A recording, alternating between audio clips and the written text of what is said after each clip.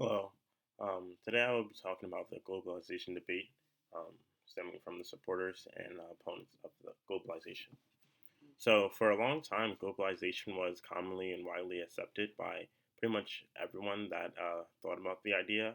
Um, in 1999 in Seattle is when opposition started coming when a group of protesters decided to protest the World Trade Organization meeting. Until then, like I said, globalization was considered overwhelmingly positive. Supporters argued that it gave countries the ability to produce what they are most efficient in and export that what they're producing that they're efficient in and import the things that they're not efficient in. This idea of importing the things that you're not efficient in and exporting the things that you are is called absolute advantage, and it was proposed by Adam Smith in his piece Wealth of Nations. So it sounds like everyone wins, right? You bring in what you can't do well, and you send out what you are doing well, creating absolute advantage, right? Well, not exactly. Opponents may have many arguments to globalization, and that it's not actually a perfect system. Um, some research that I did regarding this topic was in the podcast titled "Has Globalization Undermined America's Working Class?" In this podcast, Jared Bernstein, former chief economist to the now President Joe Biden, and Thea Lee, president of the Economic Institute, posed the argument that globalization has been great for the elitists, but not so much for the working class, and it's kind of left them out to dry. They focus in their argument that globalization has left Americans working harder for less, and it gives corporations more leverage over them. So, for instance, let's say you're a factory worker in America and you feel like you're being treated unfair. Corporations have the ability to, if you try to stand up against them, they have the ability to outsource their jobs overseas, which will probably be cheaper for them anyway. You, as an individual worker, don't really have that option. So, globalization kind of gives corporations more power over you and also working harder for less. I forget the name of the study, but it was saying that it has found that more people are working more hours, but the real wage rate hasn't really changed, and in some instances, it's going down, which I will cite later. So they really focus on that there's this imbalance of globalization, that it does have winners, but the winners are the elitists, the top 1, 10, 15% that don't really show the overarching haul of America. And they said that the system of globalization could work in a way that the winners could compensate the losers and the winners would still come out on top, but they argue that they don't do that. They use their economic benefits to vote for other policy, to influence elections and vote for other policyholders who are going to help them stay on top of globalization and help basically the rich get richer.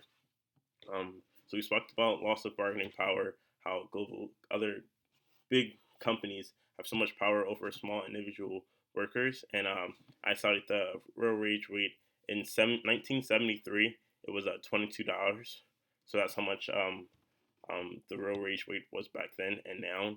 The study from the Congressional Research Service showed that it was $21 in 2019. So back to 2020 or back to 1973 of $22, and now in 2019 of only $21. Kind of really shows how globalization has not really helped the working class at all. Um, However, they have opponents to the premise of globalization makes everyone better off. In the podcast, people arguing for globalization argue that it's not a winner loser system. That it's more so like a winner and better winner system. That everyone does win and everyone does benefit from globalization. They admitted to the fact that some people do in turn benefit more, but everyone overall is better off because of globalization.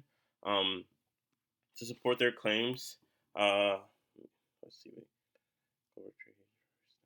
Oh, they talked about how trade pushes prices down for everyone. So not just the elitists, but everyone who participates in the market buys things that are exported or buys things that have been imported.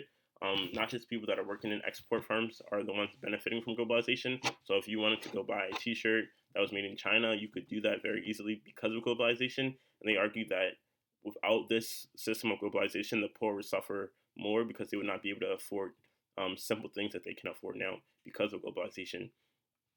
Since World War II, globalization has actually gone up 40 times, or the amount of globalization has increased by 40 times, and a lot of this has been to the advancements in technology, such as the the freights that were going on shipping containers that was invented, the internet, and widening of the Panama Canal. These all are things that have benefit not just the elitists but also the working class, and has drove down prices.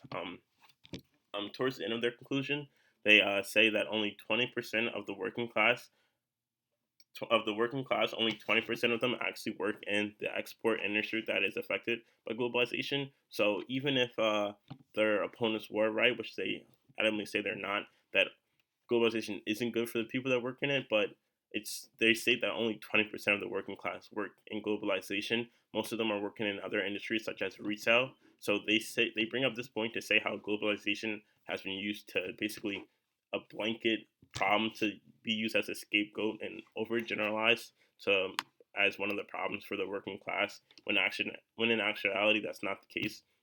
It's actually they also argue go as far to say that it actually helps the working class.